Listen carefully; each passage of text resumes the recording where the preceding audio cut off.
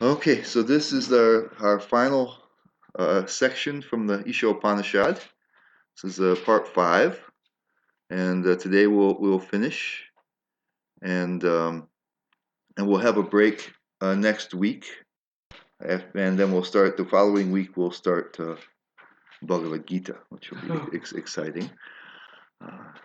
So yeah, today it's the last four mantras: 15, 16, 17, and 18 of the Isopanishad.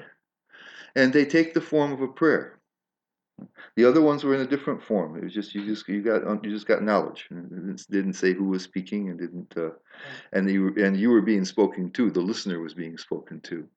Here, the speaker now is addressing directly the Lord, and we've understood throughout the various mantras so far. First of all, it was announced. This is it's the Isha Upanishad. It's about the controller. And so we learned about the existence of this very unique type of controller. We understood that we had to interact with him in some very basic way in the beginning, that he's, has organized things in a certain way. We need to play our part. We've learned a lot more about ourselves since then. We've understood that we are also spiritual beings. We're souls that are of the same substance, ekatvam, as the Lord. We've understood more about the Lord and something about our relationship with him. And we've understood that we want to actually, from the text 14, we've understood that we have the opportunity to go to the Lord and live with him where he stays. And that's our ultimate objective in life. So here in these concluding prayers, I said that the four mantras that take the form of a prayer and indicate how to apply what we have learned. So it gives you an indication when somebody's praying like that. Sometimes there are prayers where there's just lots of information given, but he's showing his heart. He's revealing his heart in these prayers, and he's showing how he's understood what's been taught so far. He's giving us a practical example. Like sometimes you get the theory. Even in mathematics, you have the theory, but then you have to solve the problem. So here's we'll also get that in Bhagavad Gita. There's a concrete solution to the theory here.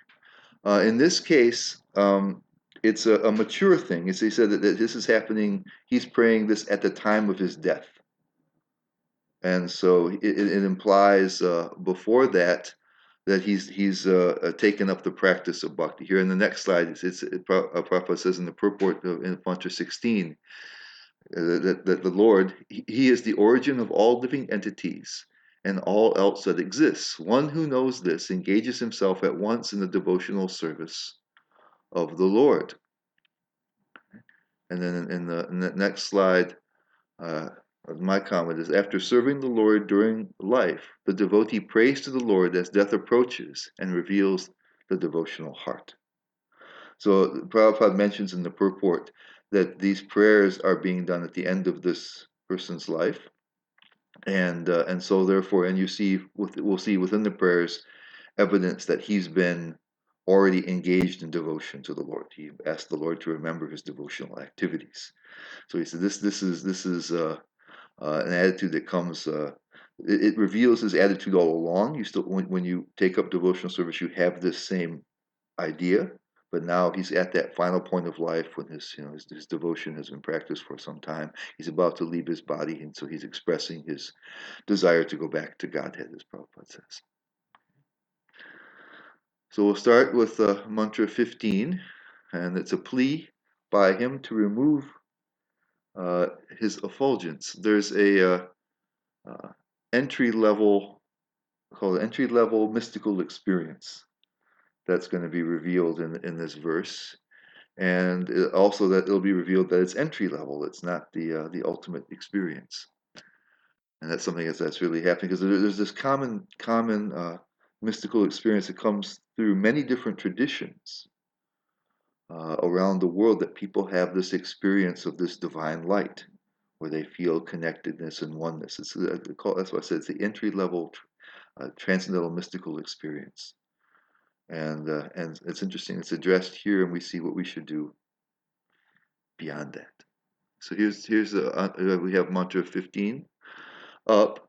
Hiranmayena patrena satyasya pihitam mukham tattvam pushana pavranu satya dharmaya drishtaye. The translation is, O my Lord, sustainer of all that lives, your real face is covered by your dazzling effulgence. Kindly remove that covering and exhibit yourself to your pure devotee. You'll notice the word mukham, face. We've been understanding all along more and more characteristics of the Lord. Prabhupada said even at the very beginning in the invocation that completeness meant there had to be a form. He said, he said that the Lord is revealed as Satchidananda Vigraha, that otherwise without a form he would not be complete. We've been understanding about his personality little by little all the way along. But this is the first time he mentions face, and we'll also hear next form, rupam. It mentions directly. Okay. So kindly remove that covering and exhibit yourself to your pure devotee. Reveal your face. Show your face, as we say. So I'm going to lead up to a little bit. In Mantra 3, we were warned against falling down to the planets of the Asuras, or to the hellish planets.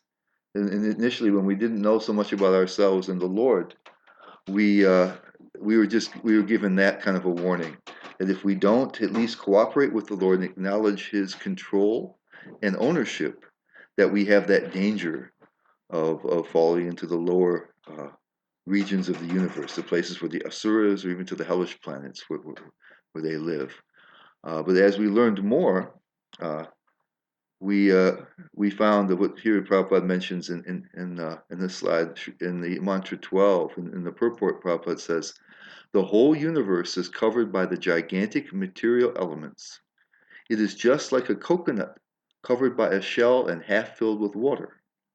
Since its covering is airtight, the darkness within is dense, and therefore the sun and the moon are required for illumination.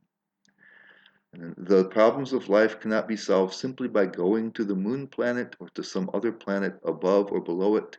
Therefore, Sri Isopanishad advises us not to bother with any destination within this dark material universe, but to try to get out of it and reach the effulgent kingdom of God. It's interesting, see, in that mantra 3, he talked about tamam, going down into darkness, that we want to avoid that. But here, later on, it says the whole material universe actually can be described as darkness. So in the previous 3 verses, we were also talking about taman, going into darkness. But instead of meaning just the lower regions of this material universe, it meant any place within this material universe.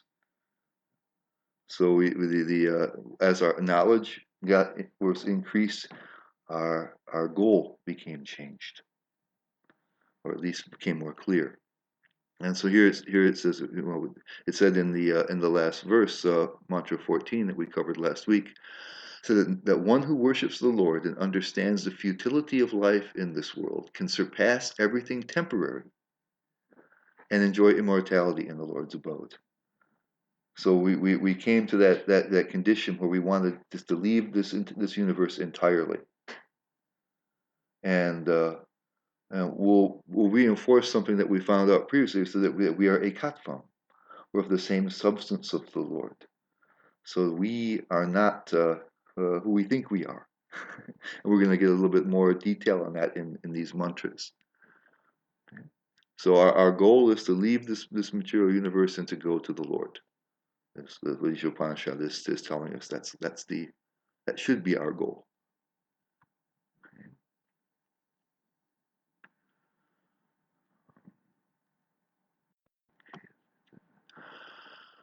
Now it says, when you exit the universe, one first encounters the Hiranmayena Patrena, the golden effulgence which covers the Lord's face.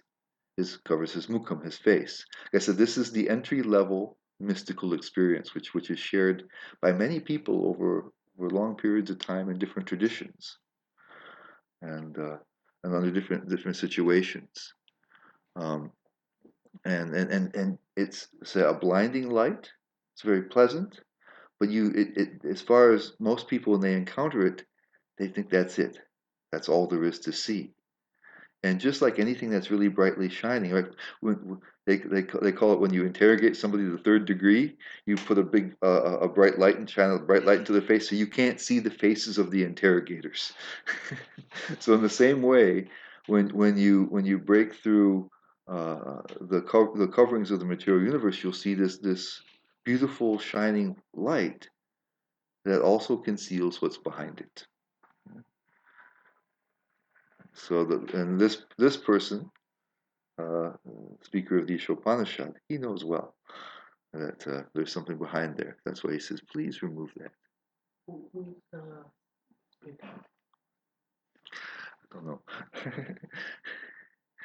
uh, if one wants to see, this is Prabhupada says in in Mantra 15 purport, if one wants to see the absolute truth in full, one has to penetrate beyond the 24 material elements and the glaring effulgence as well. Okay. And then Prabhupada also says in the purport, he says, perfect knowledge means knowing Krishna as the root of this Brahman effulgence. He says that, actually, we'll cover it here in the next mantra, that the light is coming from his body. In Bhagavad Gita, he says, I'm the foundation. Brahmana hipatishtaham.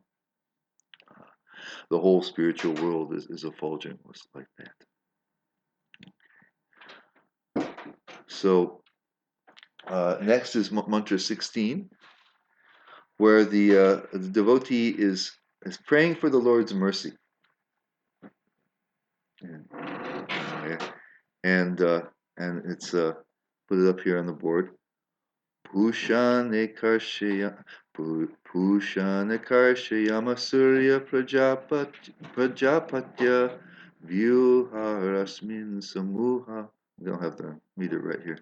Tejoya te rupam kalyana tamam te pashami yosavaso purusha sohamasmi.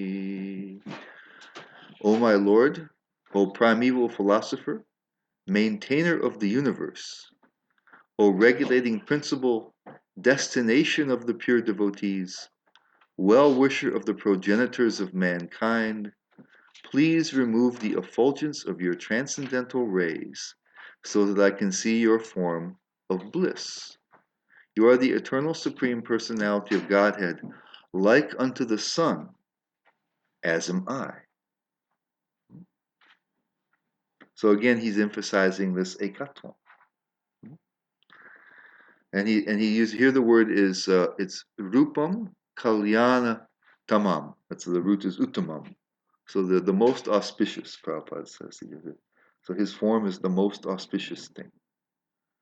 Most auspicious form. In the smooth translation, he says your form of bliss. In the word for word, he says form, or the most auspicious form. And so you'll notice that he's called the Surya, Prabhupada, because the destination of the Suris or the great devotees. So again, we're emphasizing that the goal of it's emphasizing the goal of life being to return to God. Prabhupada says back to Godhead in language. And that's mentioned again embedded within the verse here.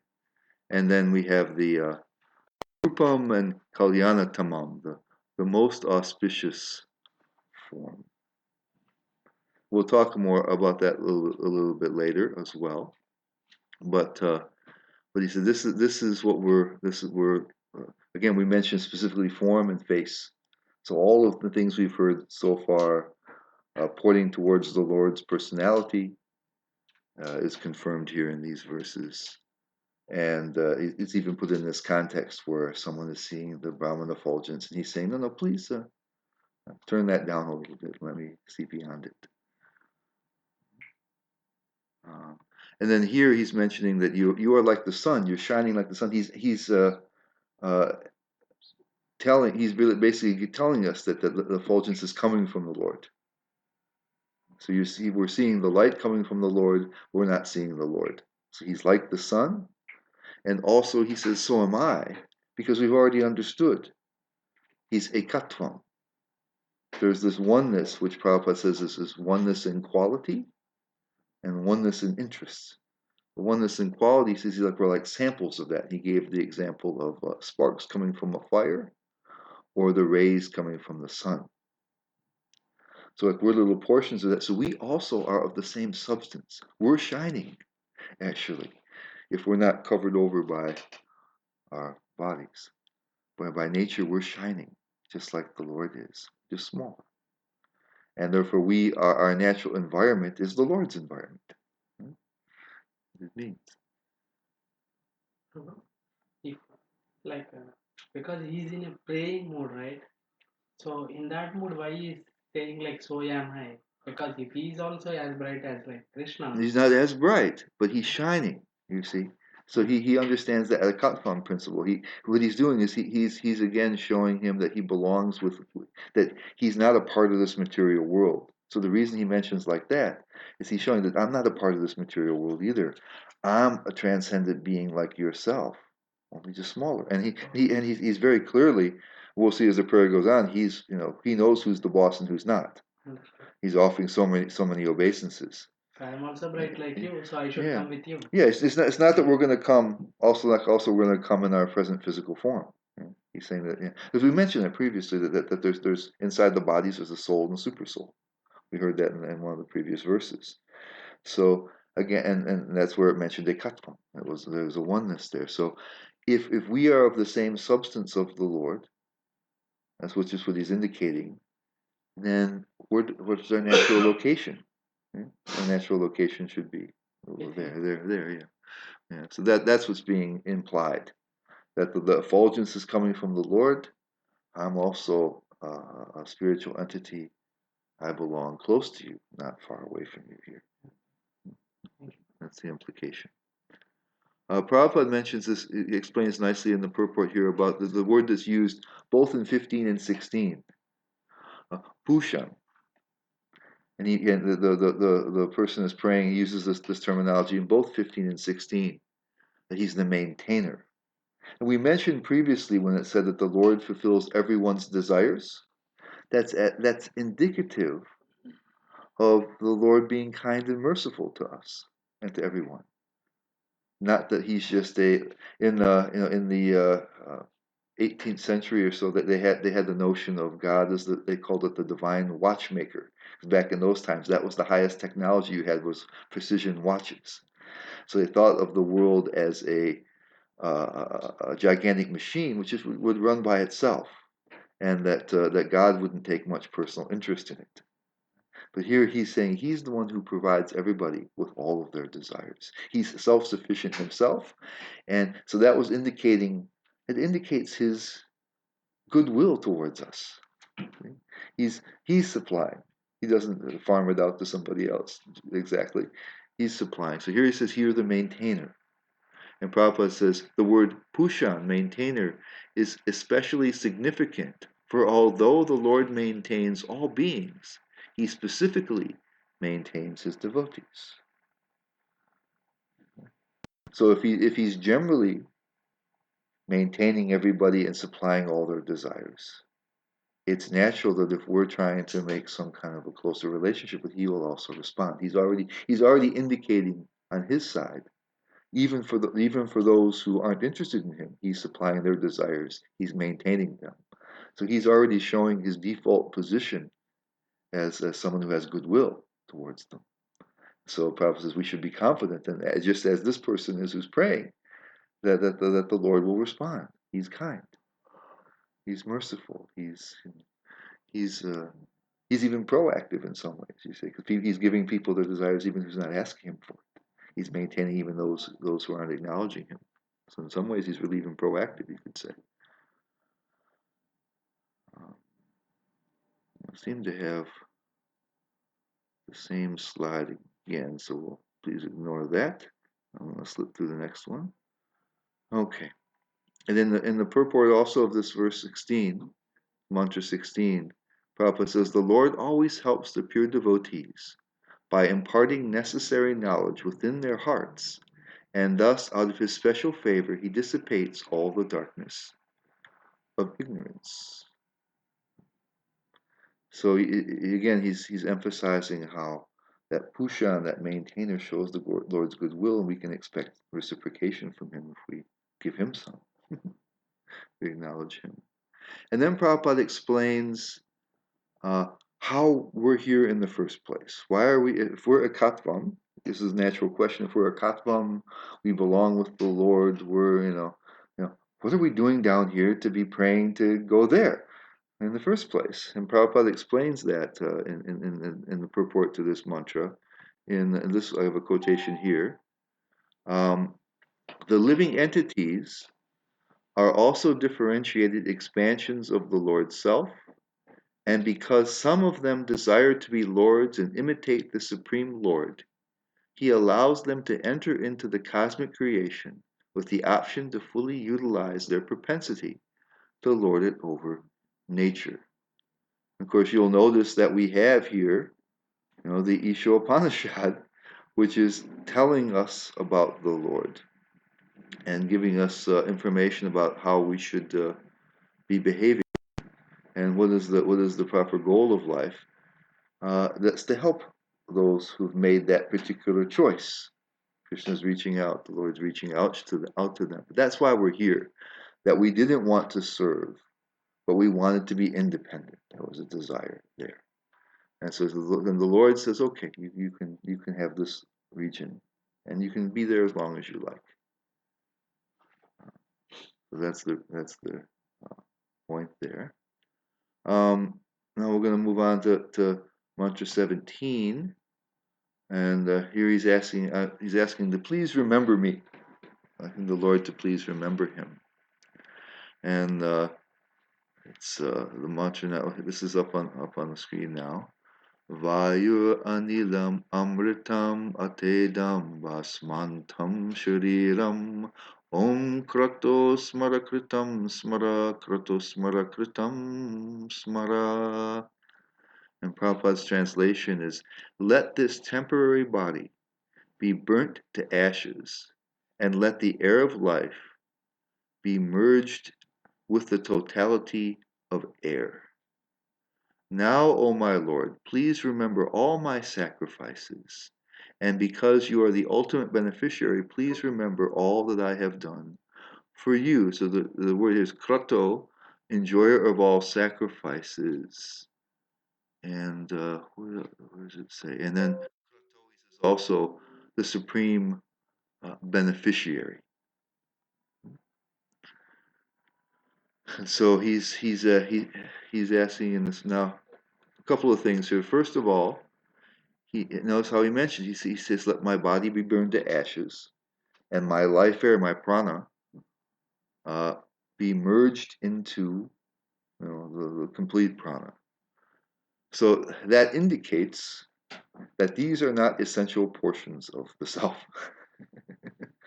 He wants to go back to Krishna, but he's not requiring these two things. And these things that we identify very closely with ourselves. We think that, when Bhagavad Gita would discuss this in much more detail, but that the soul is covered by a body. So he says, I don't need this anymore. If I'm going to you, I don't need this equipment any longer. Neither the neither the body, says, nor the prana. Prabhupada says the body, sharira, and the life airs, pranavayu, are part of the realm of the destructible. He said we were going to surpass the destructible and are not part of the eternal self. So we already understood that by the notion that the soul is in the body along with the super soul, and then we're a katvam in the body. But now he's making something just like we understood the Lord was a person. Now we're understanding things in these prayers in even more directly. He's speaking very clearly. He says, leave this behind. I don't need this equipment any longer. We're given this to operate within this environment, given the various bodies. And the life air, Prabhupada says, he says that the life air is responsible for all the movements. It also is connected with the mind. This is somebody who's crazy. So sometimes it says has a wind disorder. They'll say the balance of the life airs. So the yogis try to balance them out. They affect the mind, and the peaceful mind affects them. That's what moves the body. Prana in Sanskrit and the chi in Chinese they do various things to manipulate it. The yogis, so, so they can raise this prana upwards. Uh, so he said both of these things are not required any longer. I'm ready for those to be gone. I have no attachment for them. And Prabhupada says in the purport here, the process is to give up one material body and then enter into another. That's the usual process in life. But the highest perfection of such changes occurs only when the living entity is able to give up the material body altogether, as suggested in this mantra, and enter into the spiritual atmosphere, where he can develop a completely different type of body, a spiritual body which never has to meet death or change. That fulfills what we wanted to have, what was said, what was available to us in Mantra 14, the removal of everything destructible, and entrance into the Lord's abode.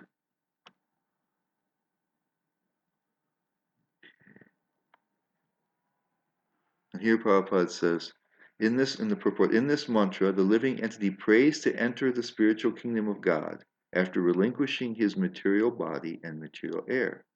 The devotee prays to the Lord to remember his activities and the sacrifices that he has performed before his material body is turned into ashes. He makes this prayer at the time of death with full consciousness of his past deeds and of the ultimate goal. And it's clear from his prayer what he wants to do. And he's we'll discuss a little bit. It's a little odd when you first see it that he says, "Please remember all I've done for you." And we'll discuss this a little bit here. Prabhupada says in the purport, the devotees, however, develop a sense of love for Godhead by practicing devotional service to the Lord. Even if at the time of death the devotee does not remember his service to the Lord does not forget him. This prayer is given to remind the Lord of the devotee's sacrifices, but even if there is no such reminder, the Lord does not forget the service rendered by his pure devotee. There's a couple of things that Prabhupada mentions in the purport. So sometimes it's that at the time of death, we're not in a very peaceful state of mind. Our consciousness is not very good. Here he says, because of his past practice, this person is facing death, and he understands his purpose. He understands what he wants to have happen. He's very clear. But he's praying that, and it said otherwise also, if we come and take birth again also, we don't know. Most likely we had some past connection with Krishna in our past lives. We can't remember what those are. Right? So Prabhupada says that he wants that the Lord please remember, um, and Prabhupada is saying that the Lord will remember, even if we don't remember, the Lord will remember. He's that kind to us. And so let's take a look here at here, my comment here is the devotee doesn't call the Lord's attention to their service and sacrifice out of pride, but rather as an indication of their sincerity. So it's not like we may say that to somebody else. I've done all these things for you. Now you're obliged to do something for me.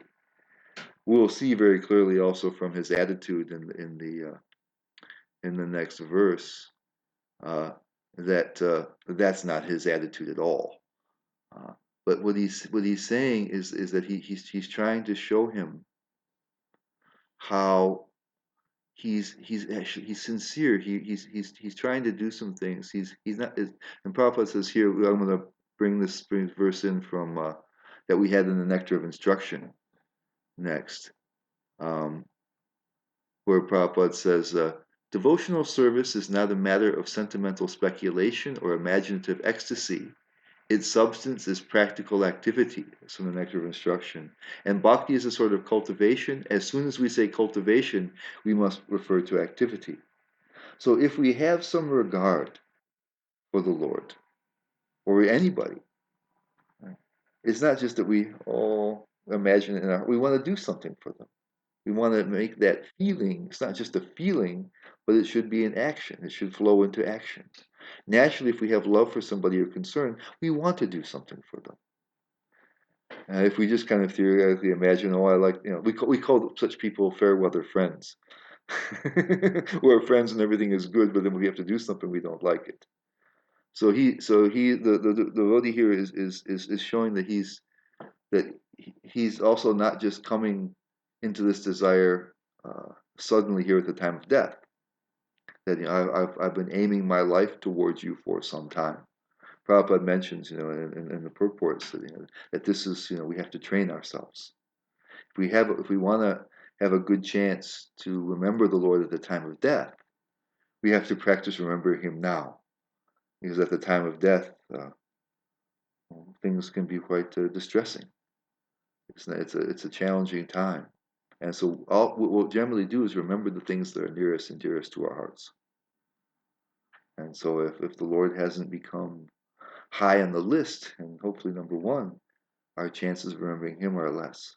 We'll remember our parents or our children or our friends or the things that made us happy in this life. And Prabhupada quoted in the purport that the text we'll see in Bhagavad Gita, whatever you remember, whatever state you remember the time of death, you'll achieve that condition in your next life. Because that really is usually what you're remembering at that time. When you're in distress, you remember the things that are near to your heart.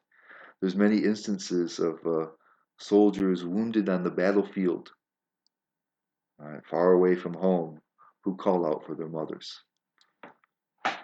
Mother's not there. Mother can't reach there. They know that, in fact. But what is to them their greatest protector, even though now they're adults and maybe have been away from home for some time and maybe wouldn't even want to admit to their mother's face how much they're still dependent upon her, and now they're all grown up. But in that condition, so fatally wounded, and they call out, because it's natural for us to go to whatever has the deepest impression upon us, and where we take the greatest comfort and refuge. And so if we want to try to remember the Lord in this, like you said here at the end of life, like this person is doing, then there has to be cultivation before that. And so by calling attention to his past sacrifices and service, he's telling the Lord that he's sincere. He's been trying.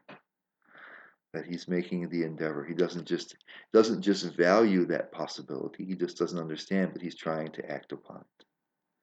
And so devotion is not just a feeling. Prabhupada always translates bhakti as devotional service. Because if we really have some inclination toward the Lord, we'll want to do something for him. We'll want to express that in some way. We express everything else. Why we not express that, So not just that sometimes we go away and contemplate, But we may do that sometimes. That's what we do when we chant. It's also an act of devotion, but we try to connect. But then we also want to, other ways we want to show our regard for the Lord. So he says, please remember all those. He's showing, I've been trying to come to you for some time. You're not just a Johnny come lately. You're somebody that's been near to my heart the whole time. Okay.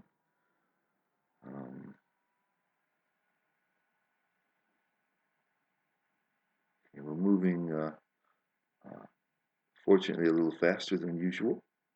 Sometimes we're always starved for time. I think we can have some discussion here at the end, which looks attractive. Okay, we're going to move on to mantra 18. At the end, I'm going to try to bring some things together. You'll notice the purports in this section were really, really long. And Prabhupada gives a lot of background information in those things. And a lot of that, of course, we're going to cover in Bhagavad Gita and other places, but he says some things quite succinctly and nicely, and he gives kind of some nice information. So we'll at the end, we'll kind of sum up some of that sort of thing and try to put it together a little bit. Here, mantra 18, Agninaya Supataraya Asman Vishvani Deva Vayunani Vidvan Yudyodhyasmaj Juhuranam Meno Bhuyishtam Te Nam Uktim Videma. O my Lord, as powerful as fire, O omnipotent one, now I offer you all obeisances falling on the ground at your feet. O my Lord, please lead me on the right path to reach you, and since you know all that I have done in the past, please free me from the reactions to my past sins, so that there will be no hindrance to my progress. So in the last verse, he was pleading for the Lord to mercifully remember him and understand he's sincere. Now he's asking for the Lord's help. Because despite everything he's done, however much he's tried, he realizes there's many things. He feels unworthy in many ways. So he says, "Please help me with this." And here in the word for word, it says Namaha Uktim, words of obeisance. But you'll notice how Prabhupada mentions in the translation how he's bowing down before him. And in the smooth translation, he says, "I offer you all obeisances falling on the ground at your feet." That part's not in the word for word. So Prabhupada is indicating that he's not just speaking words of obeisance, but he's also physically doing it. Sometimes people we go to each other and go Dandavat, which is falling on the ground, but we just speak it. It's a little bit more. It's nice word. It's a nice word, but it's kind of casual. So here, this person, he's not only speaking numerous words, so many. He says so many. What is the word he says? Says so many. Bhuyish, bhuyishtam, most numerous. So he's not only speaking these words, but he's expressing them with his physical body. He's falling down. God's giving us that insight because it's not it. You can understand. I mean, how deeply this person is feeling what he's doing here. It's not a casual thing. He's at the time of death. He's he's all of his devotional practices are it's that moment that he's been practicing for, and so it's not just a casual thing that I'm going to just praise you with my words, but it's going to, when it's heartfelt, that you also do it with your body. It's not even, I don't think it's intense. You can't help but do it. Every emotion that we have has a certain physical manifestation. People can draw cartoon characters, and just by their expression, you can know what the cartoon character is supposed to be feeling, because there are visible physical manifestations of different emotions, and so this one of extreme surrender, that's a natural one. You'll just fall down. Even on the mind, we tend to say I may say physically danda also, Yeah. but on the mind actually I may be falling down. Even then, if we only speak it, yeah, you may mentally be thinking like that. Yeah. Yeah, Yeah. right. Yeah. Yeah. So Prabhupada says he's actually doing it here. Um, so here it says, far from being proud of their service and sacrifice, the devotee is keenly aware of their own, at least perceived, shortcomings, and is asking for the Lord's help. Because even somebody who's completely pure, they will never think that they deserve to come to the Lord. And so even if they have no defect, they might pray in this way, because they will perceive in themselves so much lacking. The most advanced of the devotees, they feel tremendous humility and unworthiness because they don't feel, as a small entity, how they can reciprocate with all that the Lord has given them. So they have a chance to meet with the Lord. That's something of incalculable value. And they think, well, what can I do to reciprocate that? I can't. I can, by by default, the Lord has given me more than I can give in return. So they will not feel that they're deserving. They'll feel fortunate. It'll be a wonderful, wonderful, wonderful, um, wonderful situation. Um,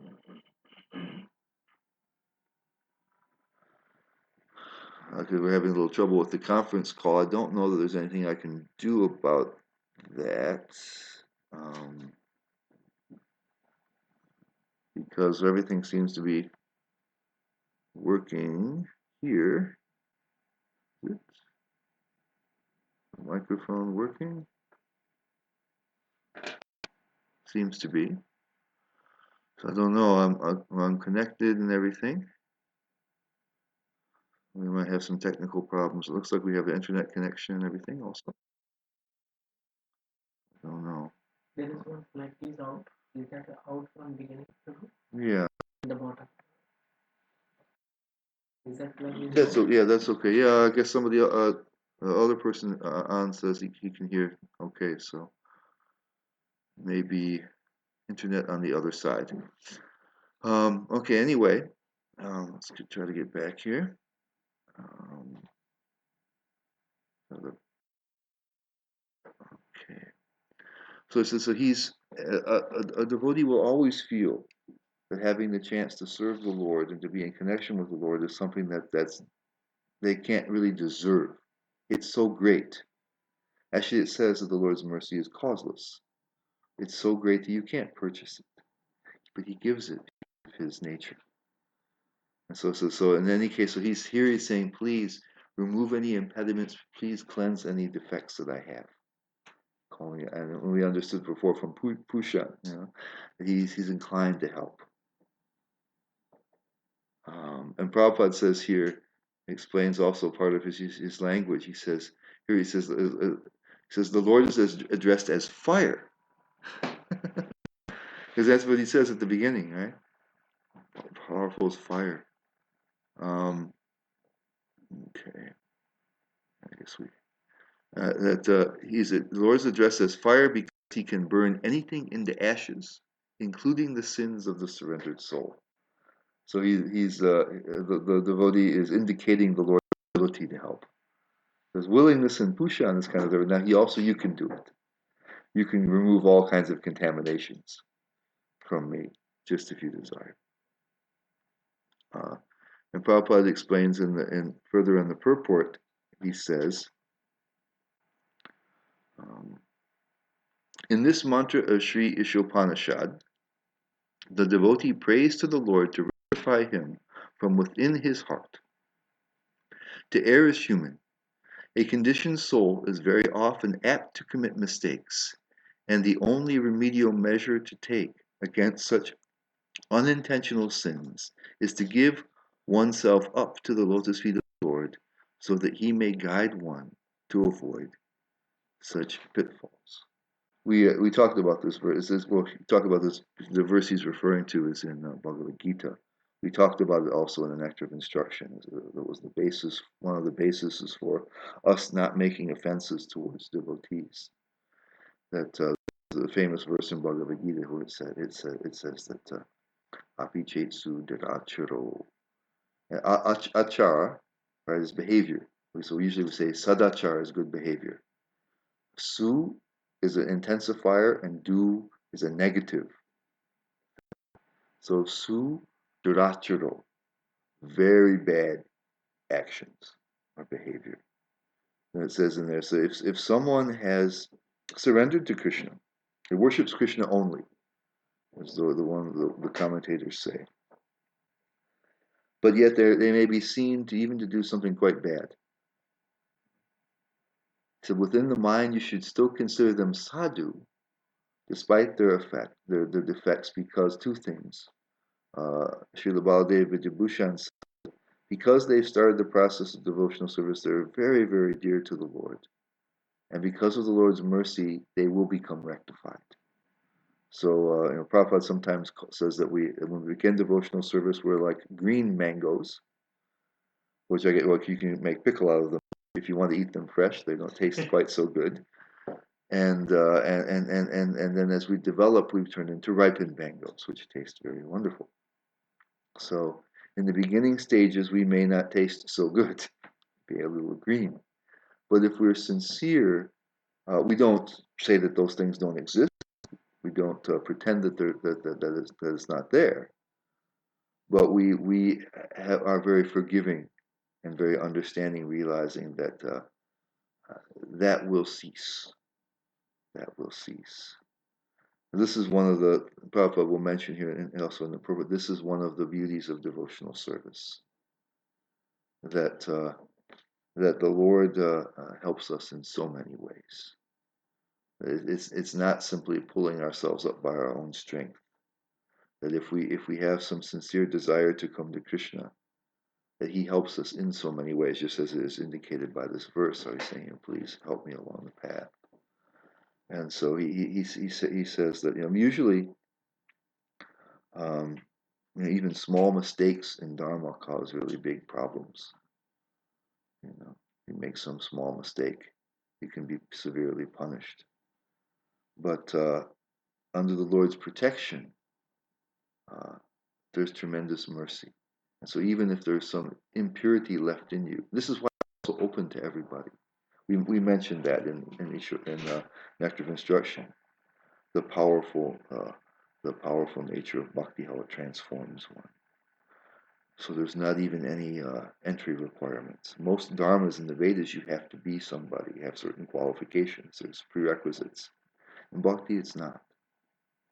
Uh, you can be from whatever you begin, you can become purified. So when giving that mango example, like you are telling, like something will cease. Is it the sins of a living entity and it's ripened? No, it's just, well, because there's sins, but there's also just we're talking about devotees. So someone surrenders to Krishna depending upon their nature. They may still have qualities that are not very pleasant qualities. It's actually, it says, we'll deal with a lot more in Nectar of Devotion, where it says that one of the effects of devotional service is there's two things. There's removal of all miseries, kleshagni, and shubhada, the beginning of all auspiciousness. So this is all negative things, including one, especially different kinds of karma and ignorance, are removed, and the good qualities develop in their stead. So that means that bhakti can sprout again in a very unclean place. And if you have to remove bad things and introduce good things, that's what bhakti can do. Right? That means doesn't have to enter into, it can enter into a pure environment, but it doesn't have to. It can enter in even to a very contaminated one. So we will see when we take up the process of devotional service that we generally do not have all good qualities, and we may have some negative ones. And just by beginning the process doesn't mean that those are all going to magically disappear instantaneously. It's a process.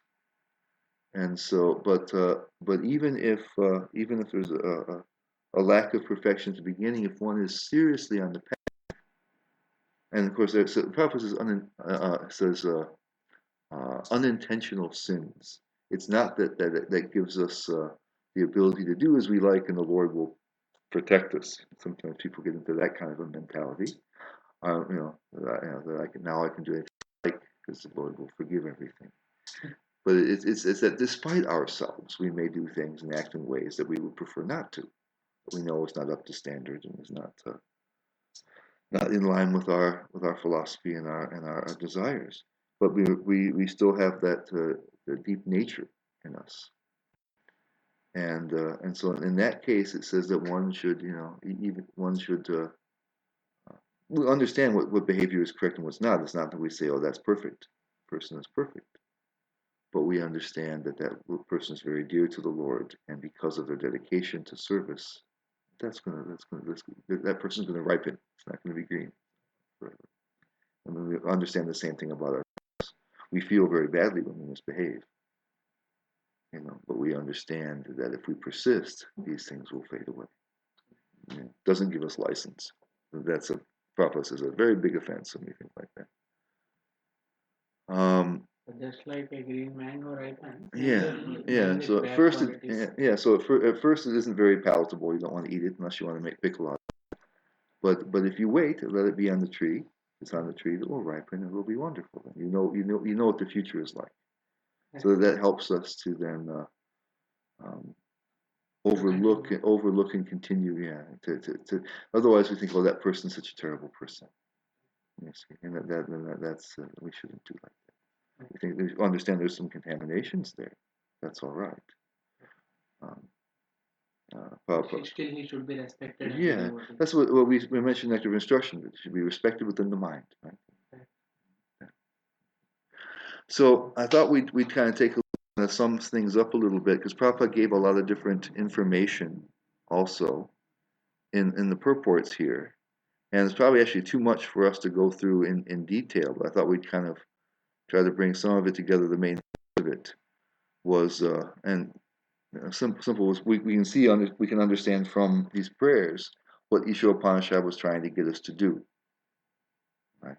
To understand the Lord, worship Him, and eventually return to Him. That should be that's what we should understand from Isopanishad, that that's the best thing available to us. But Prabhupada, in his commentaries, he mentions other possibilities. And so if we're going to take up the devotional service, one of the things that we need is a certain level of shraddha or faith. And so if we're convinced that that's something worthwhile, and especially if we're convinced that it's the best possible thing, then we'll proceed with confidence. We talked a lot about the role of confidence or faith in the nectar of instruction, how that gives us enthusiasm and patience. And so we'll look here at some of the things that Prabhupada says. So Prabhupada explains really why devotion to the Lord, which leads to his most auspicious form, is the best possible thing we can do. So why devotion? We're going to explain why it is. Devotion is the best path. We're going to look at it to say why that is. Okay, it's not a question; it's a statement in that case. So he mentions kind of at different times also Isopanishad does kind of 5 different paths and the results that they give. In the very was it the mantra 3? So 2 or 3 words of the soul. Early on, he was talking about his mantra 3, how people will go down under Tama.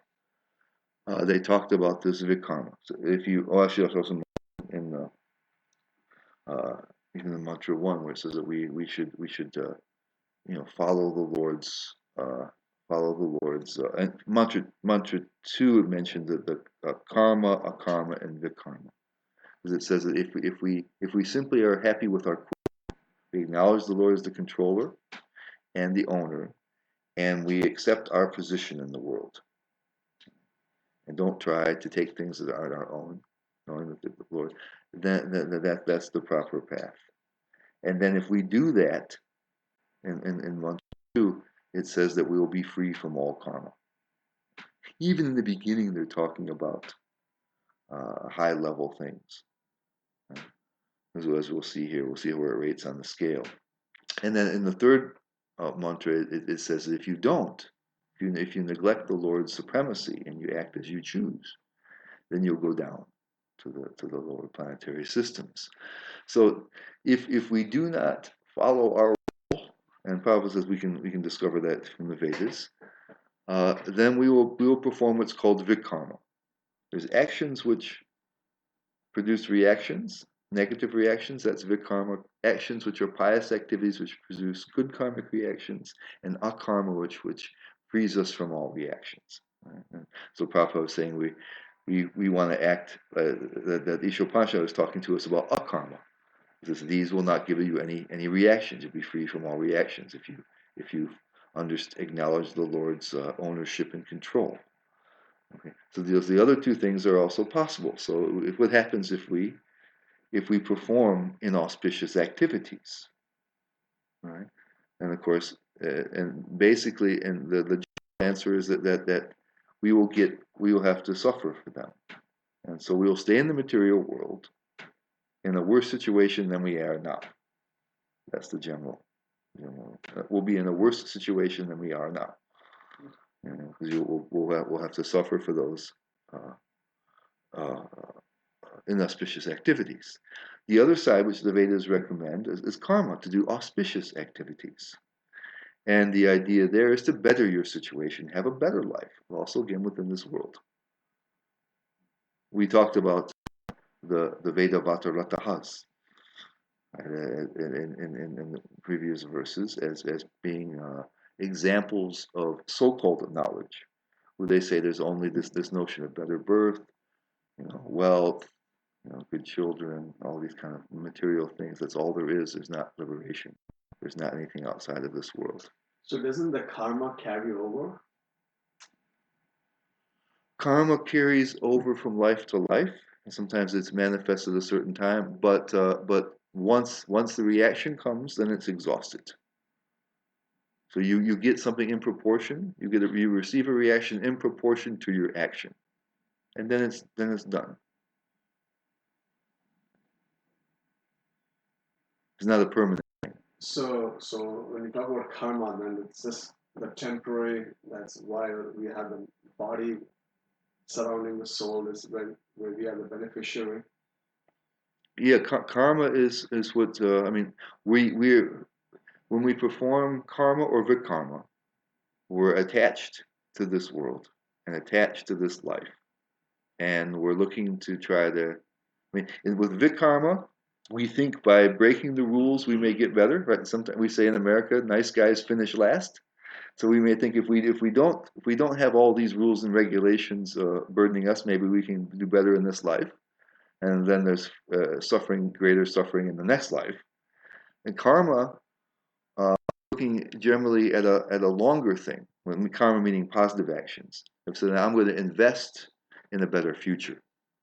So I'm going to follow the rules of the scriptures. I'm going to do these positive things, and then next time I'll have a better birth. I'll be richer, more beautiful, more intelligent, maybe, and that sort of thing. But then, in both cases, whether it's a negative reaction or a positive reaction, you get it in proportion to what you did, and then it's over. It's purged. It says we'll see in Nectar of Devotion with vikarma in particular, but even with karma, there's a subtle thing that makes you that you not only get the reaction from, but there's a subtle reaction where you become more inclined to keep doing those kinds of things. So if you perform some kind of vikarma, some kind of sinful activity, you'll get a reaction, a negative reaction, but your mentality will be such that you will tend to do such things again. You'll deepen your attraction for such activities. And the same thing for karma. And how do these two different from akarma?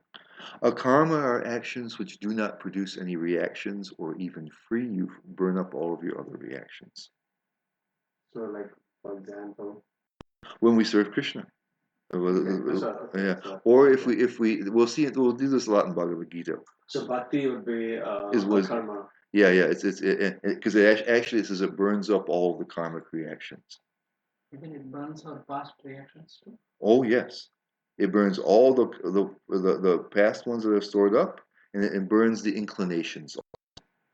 When we get into the Nectar of Devotion, we'll get that. We'll also talk in Bhagavad Gita about called Nishkama Karma Yoga, where you perform your duty without the desire for results.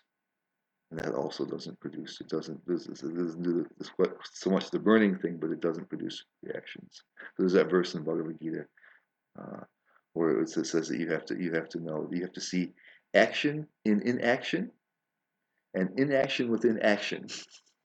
So if we fail to do our duty, that's a non-action, but it will produce a reaction.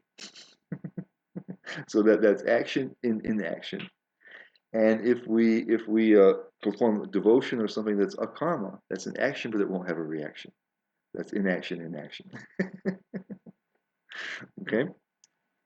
With this question Uh-huh. to karma, I have a follow-up Uh-huh. question. Like, but doing karma, still we are accepting the Vedas and following the Vedic principles, right?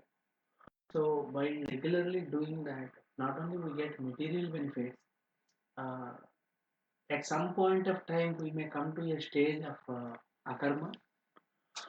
Well, like our inclinations towards God. here's what the idea is. Why the Vedas have this thing that isn't ultimately recommended.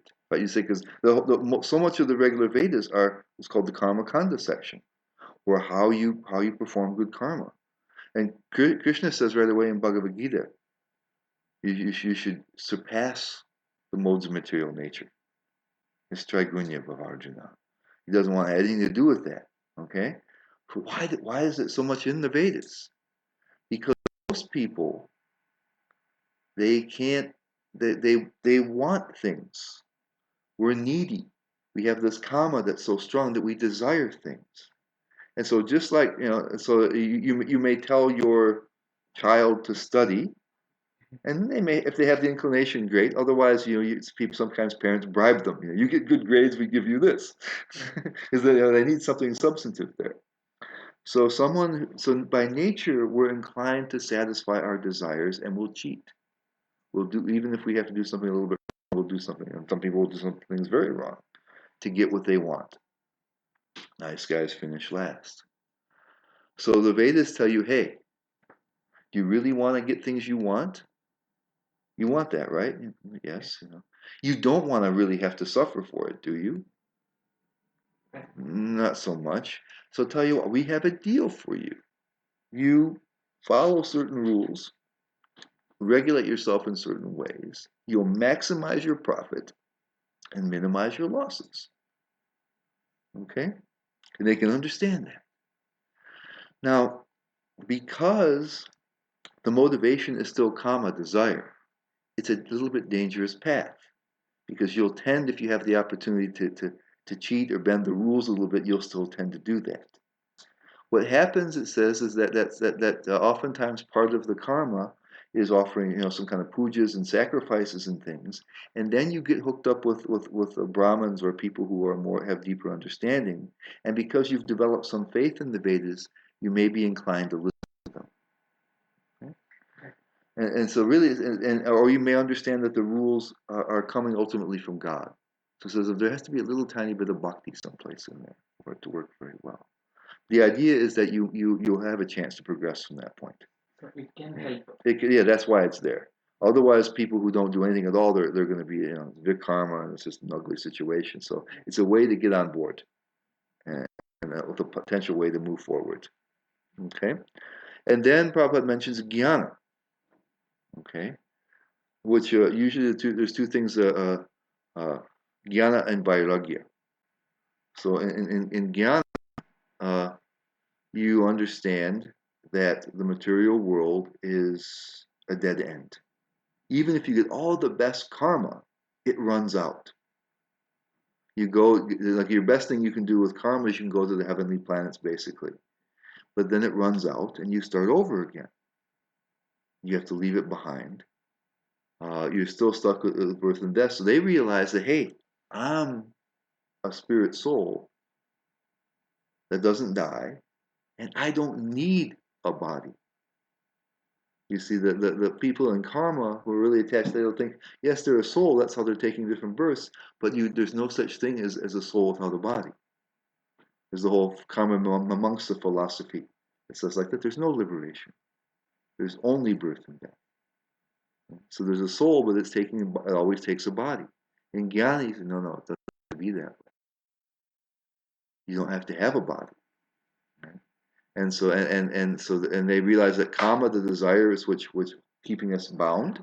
And so through knowledge and renunciation, they try to become free from that bondage. And they have the capacity to attain this effulgent light, the Brahmajyoti. They can attain that first level of transcendence.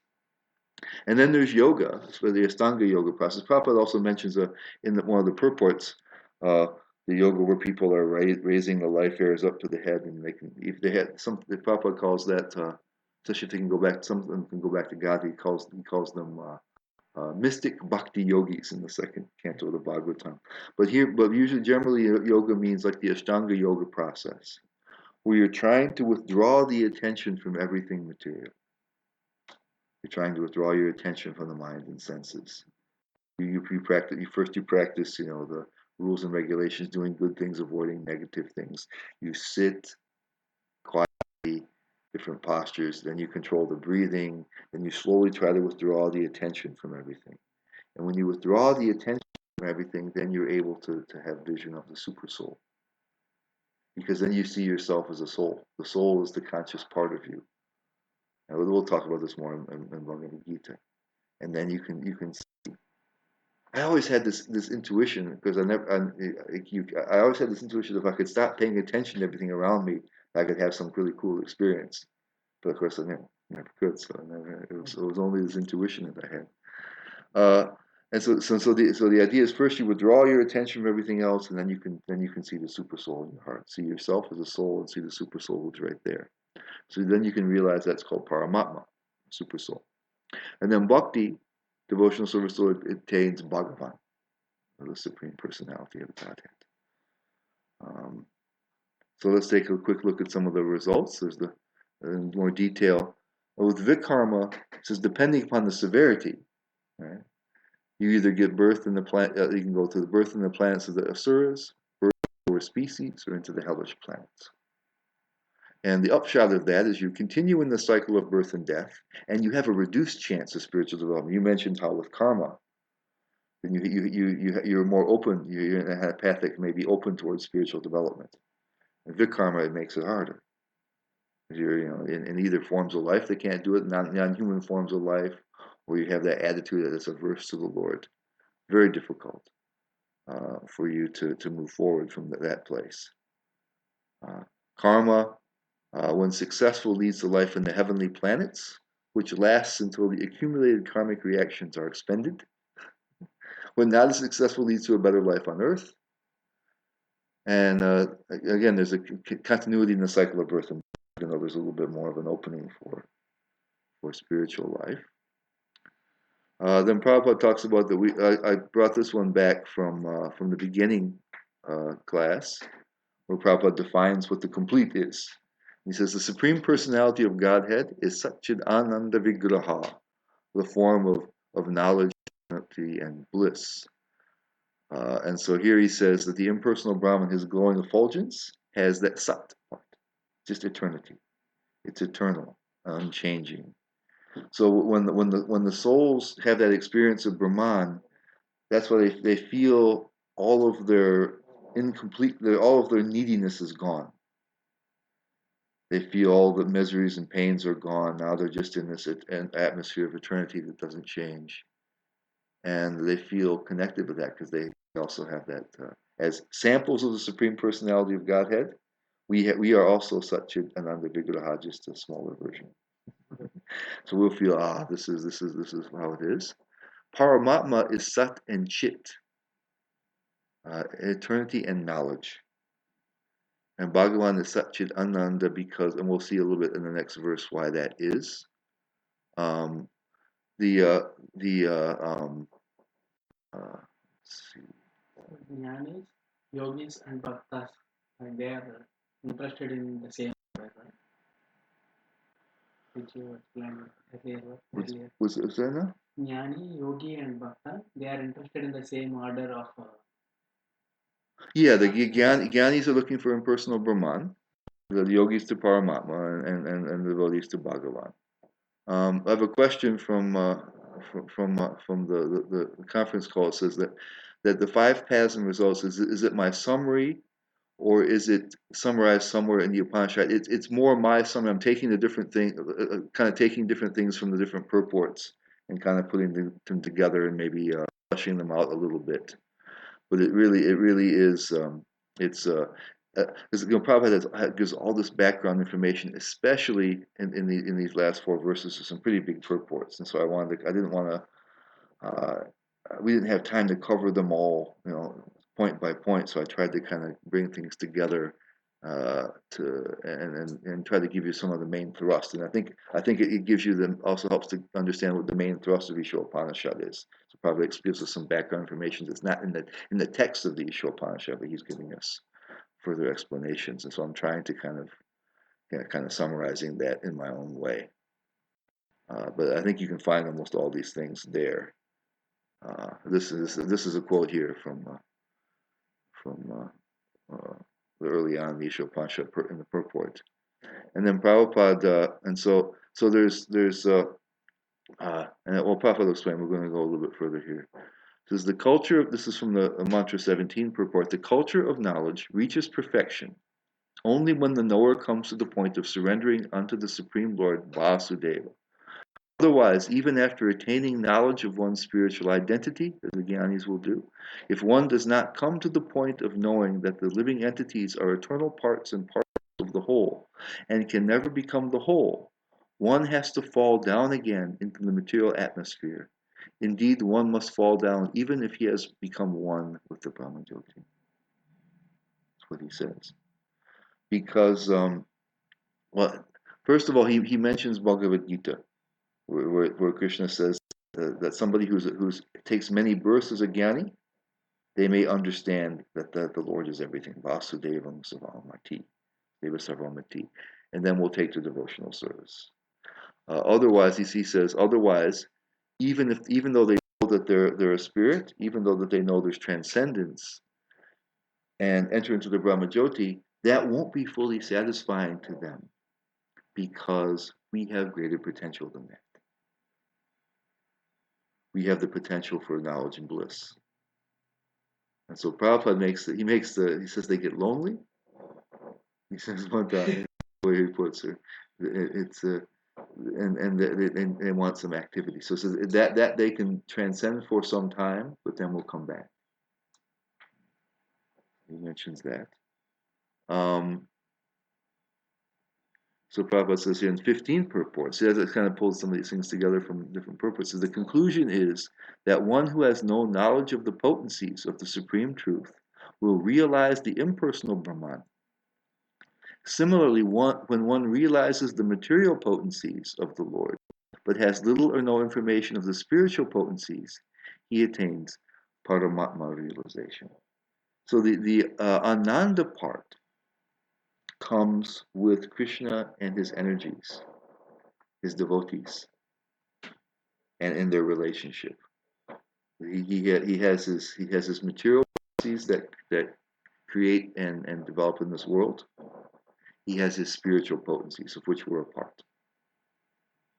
He mentions that we're the higher potency in Bhagavad Gita. And so the spiritual energies, that's why he takes a form, in fact. Is that we talked about that. He can do anything he wants. And we had talked about how powerful he is. He can create any reality he wants instantaneously and experience everything. And if he wants to change it into something else, he can do that. But that's not what he does. Like we imagine if we could, if we just had the ability to experience anything and attain anything, we think that would really upgrade our existence. That would be a big upgrade from where we are now. Go anywhere, do anything, do it all at the same time, do things we can't even imagine because he's so smart he can create anything he wants. It's not just a matter of going anywhere and getting anything in the world, but he creates the whole world, and he can make it different. Right? So so anything even conceivable to him, he can do and attain and be. He's that powerful. So we would think, man, what a way to be.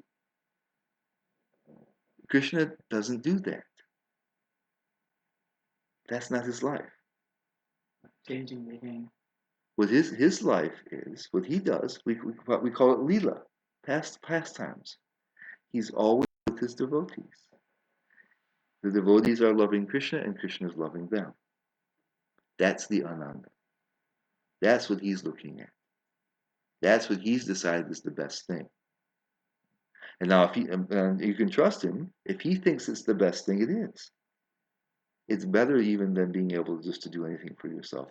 That's why he gives us that choice to be able to worship him or not. That freedom, love requires freedom, real love. If he just controls us, then that's not real.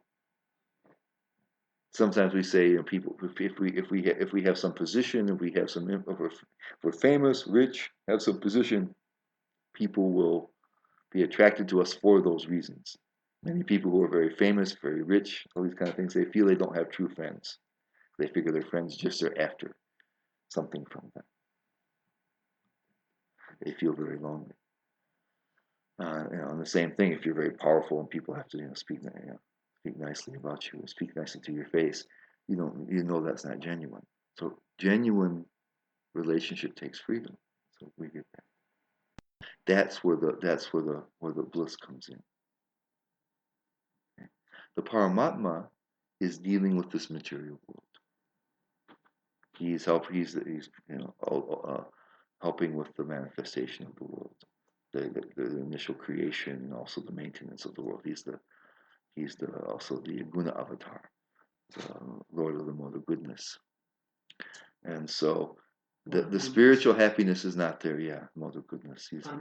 He's also considered to be he's a guna avatar, Vishnu. And so he's maintaining everything. So he's not he's more involved with the he's laying on the milk ocean, Shodakshai Vishnu, and manifesting his stuff. He's not engaged in the same kind of spiritual pastimes as the Lord is, as Bhagavan. So he has Sat and Chit, not so much Ananda. The Paramatma within our heart is not transcendental? He's transcendental, but he's not exhibiting the full potency of bliss because he's not dealing with his spiritual energies. He's the Purusha avatars, Karadakshaya Vishnu, Garbhodakshaya Vishnu, Kshirodakshaya Vishnu are their purpose is to deal with the material creation and maintain it. So he's there with us in the heart as we're doing everything. So he's transcendental. He's completely spiritual, but he's not. He's not engaged in all these spiritual pastimes. He's lying down on the ocean of milk and helping out in that way. So Krishna is there with his devotees, doing so many pastimes. That's the difference. That's why he's Satchit and not so much Ananda. There's Lakshmi Devi, is massaging his feet. It's just not to the same degree. So Prabhupada says, uh, when someone realizes the material potency of the Lord but has little or no information of the spiritual potencies, he attains Paramatma realization. There's a relation called more like Shantaras, where there's no service. So the yogis can contemplate the form of Paramatma, and they're amazed and adore that thing, but there's not so much service. The bliss is not so powerful there. Then Srila Prabhupada says, and also in the purpose, says, by realizing the impersonal Brahma Jyoti, one experiences the auspicious aspect of the Supreme, and by realizing the Paramatma, or all-pervading feature of the Supreme, one experiences an even more auspicious enlightenment. But by meeting the personality of God Himself face to face, the devotee experiences the most auspicious feature of the Supreme. That's from Mantra 16, and that's because of that of the bliss, the Ananda. That Krishna has decided the most wonderful thing, the loving relationships between his devotees. Prabhupada says that Krishna is never separated from his devotees. In the Bhagavatam, he says that the devotees have only me in their heart and only him. And as far as he's concerned, he has only the devotees in his heart and knows only them. So this is what my Guru Maharaj says, he becomes transcendentally relative. He's absolute. Everything that exists is his energy. He's not related to anything. Because this is what it means to be independent and swarat, absolute. There's not two things. He and his energies are still part of him. So there's not him and anything else. There's only him and him every place. But then by creating entities that have some independence, some freedom, and then love him out of their free will, then it's as if there's two. So he even has names like that. Yashoda Nandana, the son of Mother Yashoda, Nandana, the son of. Even he has names that uh, speak to his relationships, and so he becomes transcendentally relative because we're still ultimately his energies, but he's giving us that freedom. And then we're controlled by not by him directly, but by our love. And that's how it works. So that's what we're trying to. So that's why the Bhagavan thing is the most important thing. The Brahman effulgence is nice, but it only gives you eternity. Paramatma is also nice, although very difficult. Uh, and of course, the path is difficult, but also doesn't have the full bliss. So the recommended path is to do as going here, to leave the material world. Uh, the Paramatma has a spiritual plant within the material world, straight to Dweep, is eternal, and pursue that relationship. And we're a Katman. We have that intrinsic in us. We have a question here by Chad. It says, Mantra 17, is the prayer to remember only our sacrifices to the Lord, not any activities that we have performed from Maya? Yeah, exactly. He mentions that, Prabhupada mentions, of course, that he's aware of all of his other activities, that the devotee, and that's why in the next prayer, 18, he wants to have all of his contaminations removed. But he's asking the Lord to remember how he's tried to serve him, his sacrifices, his service, as an indication of his sincerity. I said that we mentioned during the presentation that the devotional service is a practical activity, as Prabhupada says. It's not just a sentiment. So that if we're making the Lord a priority in our life, we will be doing some practical service. And so he's indicating to the Lord that he's been doing this, for some time, that he's sincere, he's trying to approach the Lord, he's trying to come into closer contact with the Lord. Please remember these things. Please remember that as a show of my sincerity, I've been trying to connect with you. This is not just a last second thing either. So yeah, that's what it is. So I'm going to unmute the conference call people. I'm going to unmute my computer so I can hear them, and we can take questions if there are there. Let me do these two things. Oops. Oops. Okay, unmuted my speaker so I can hear. Now I'm going to. All participants are muted, Okay. and they can unmute themselves. All participants are unmuted. Okay, now we have unmuted. So if there's any other questions from the conference call, we can take them verbally, and any questions from here, we can take them. Yeah, so otherwise, the Isopanishad has tried to oh, maybe say.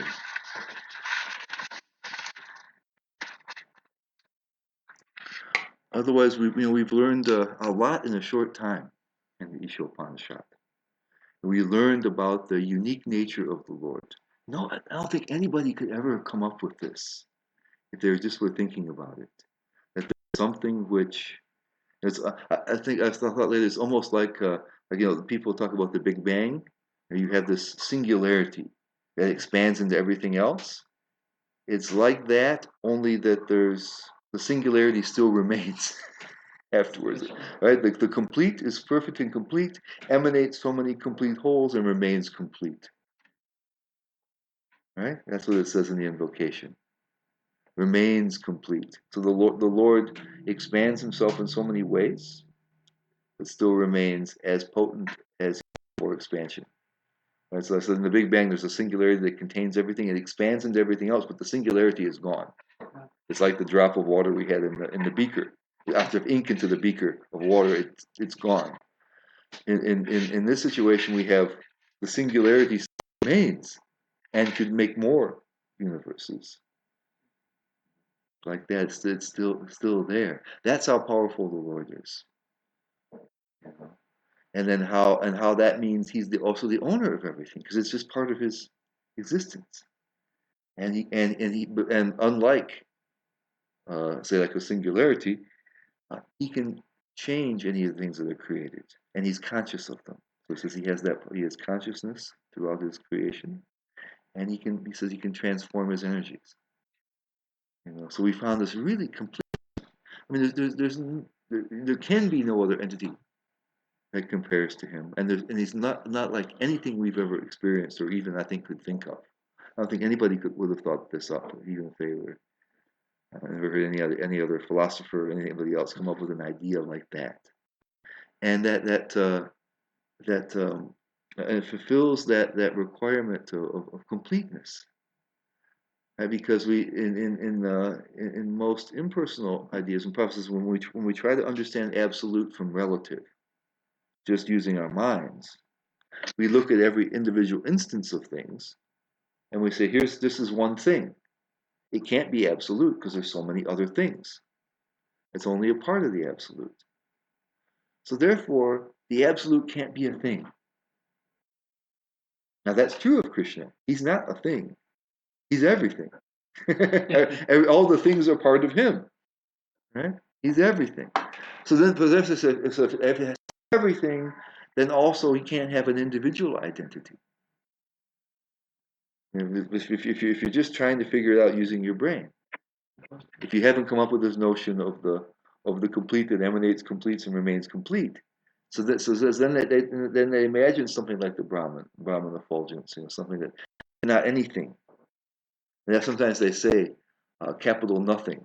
The absolutes are nothing, because if it's a thing, it can't be everything. Yeah. Or sometimes people will just take worship everything, pantheism. The whole everything that exists, you can worship the whole because that has the most. That's the most complete. Uh, But our understanding is that inside you have Krishna, who could make 10 of these if he wanted, or 100 of these if he wanted. So he's more complete than even all the things that are there. He's more integrated than any of the other parts, and even him and the other parts combined. He's the ultimate, the thing that's ultimate there. And so if we know that, Prabhupada, I quote Prabhupada says that we'll want to worship that entity. In Bhagavad Gita, we'll come across that we understand everything emanates from him. We'll worship him with feeling. Buddha Bhava Samanvita. That will do that. So we had no idea that there was such an entity. And we found out. And then we found out that, of course, that means we're obliged, that we have that the world is not. We usually think in the modern world that the world is kind of a raw material that we can perfect. That's what we're thinking. It's there. We're here, and we can change it. Hopefully for the better, because we oftentimes do it for the worse. And that we develop it. We can, but and that we make our own place in the world. It's open for our, but the world is created by the Lord, and just it's more like an object, like here I have a microphone or a computer. It's a specific use in mind. It's something like that. And so the world has a purpose. It's organized in a certain way. It's meant to act in a certain way.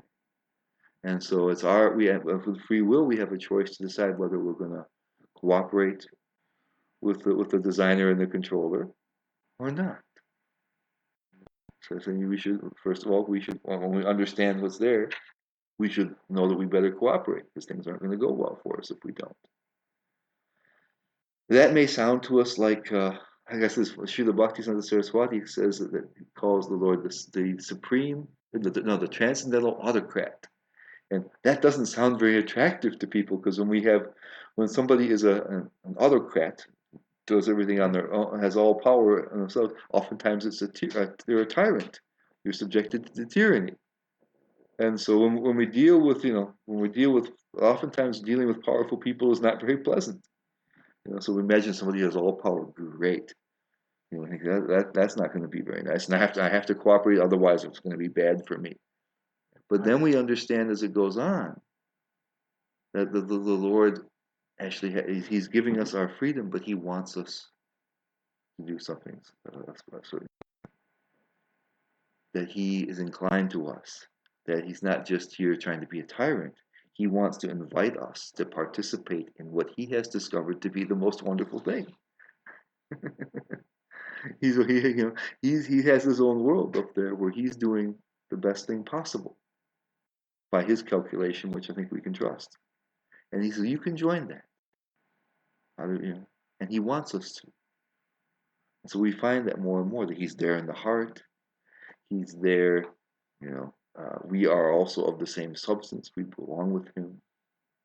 And we find out at the end how he's happy to help us to attain that. So It's not the kind of autocracy that we're used to dealing with. Okay, I may have another question here. Okay, all right, Prabhu, you have a comment?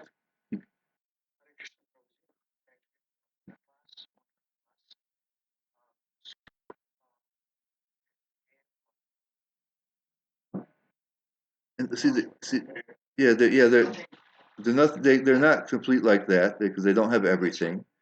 But how they appear complete is that they seem to be able to function on their own.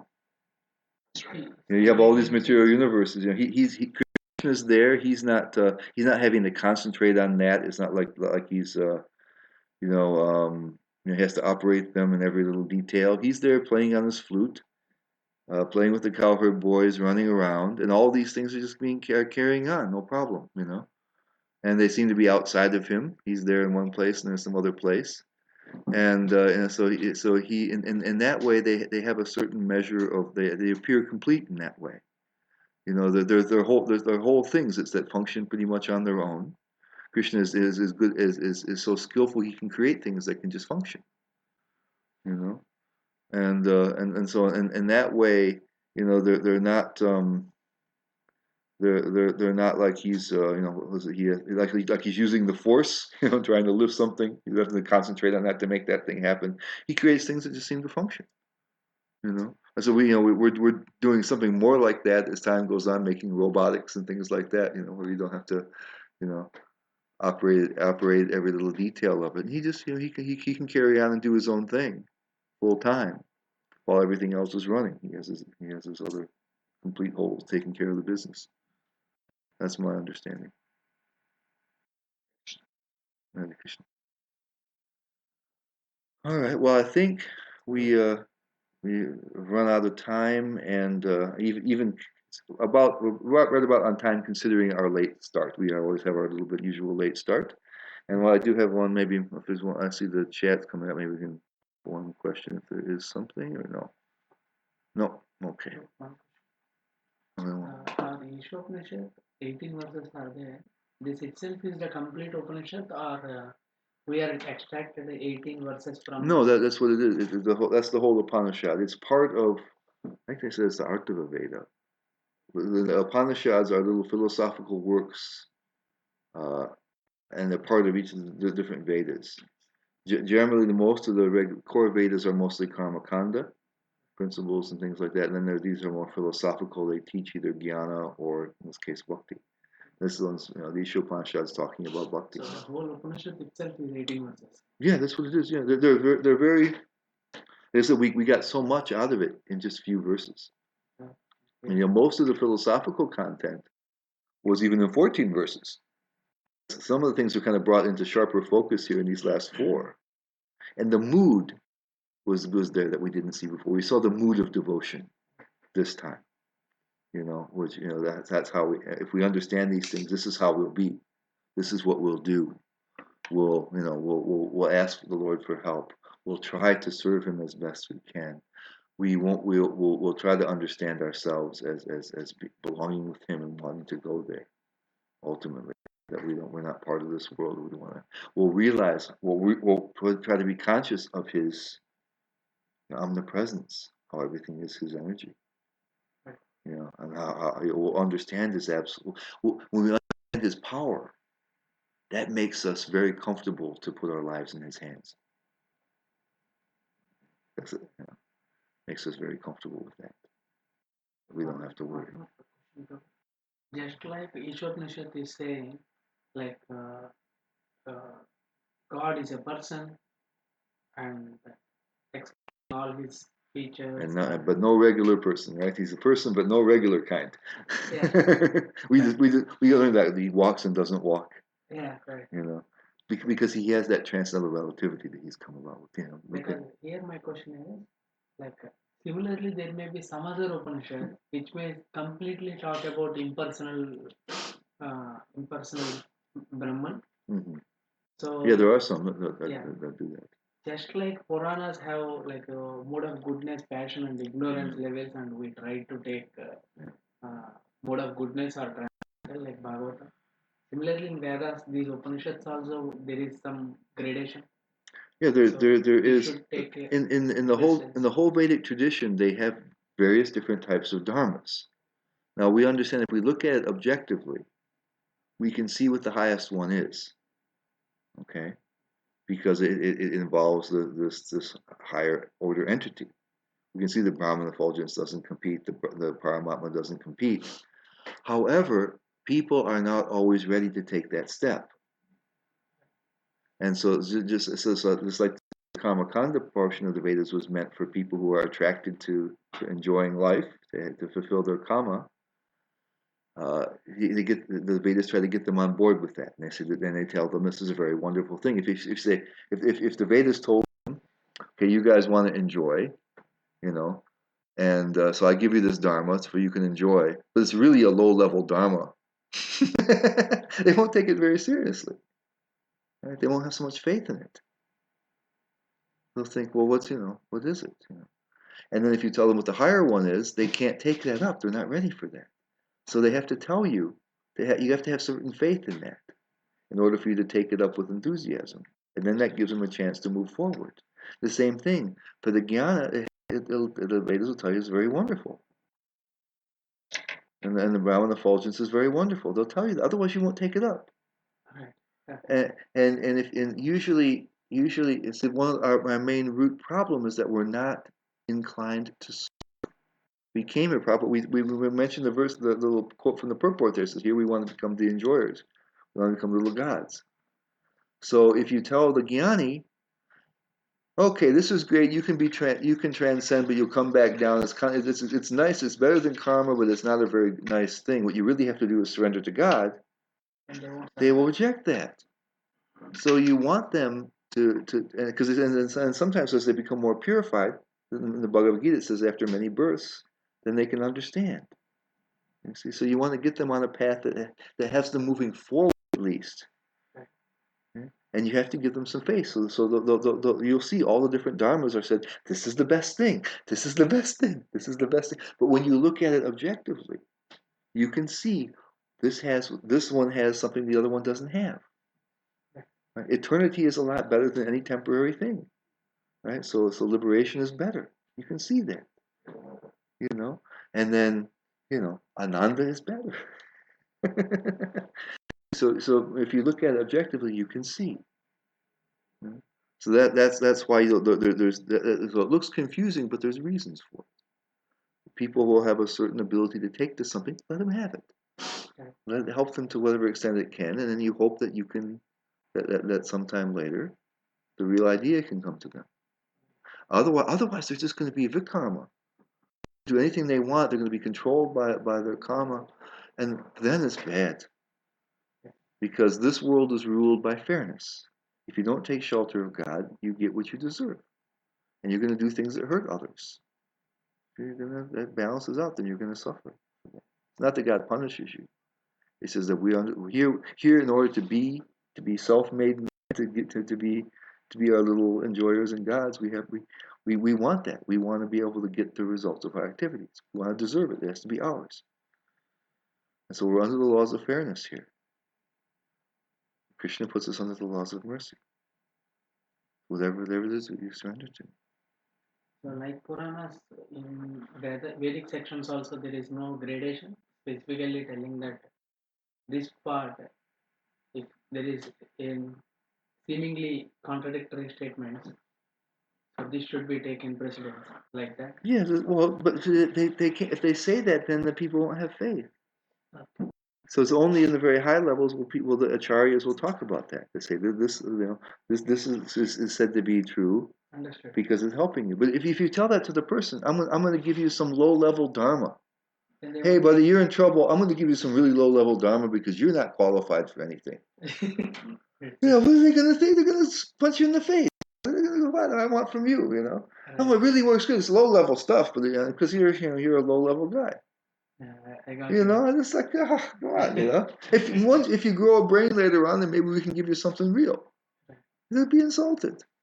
Yes. So they glorify it. This is a good path. And so people who are higher up, then they can see things more in perspective. You see, that karma's not so good. And so if somebody gets some faith in the Vedas, they can listen to the Brahmins, they can listen to the devotees, and they can get a better idea. But first you have to tell them it's something that they're valuable, and this is a valuable path that will help them. Understand. Yeah. Yeah. Initially itself, if we say this is not so valuable, then then they will just they reject won't it. take it. I have an investment opportunity for you. You're not very smart, so I give you this. What? And then if you do the right thing, they're not ready for that. They'll reject it. So it's very nicely designed to help as many people as possible. Okay. Thank you. All right. So let's conclude. I'm going to conclude the recording and.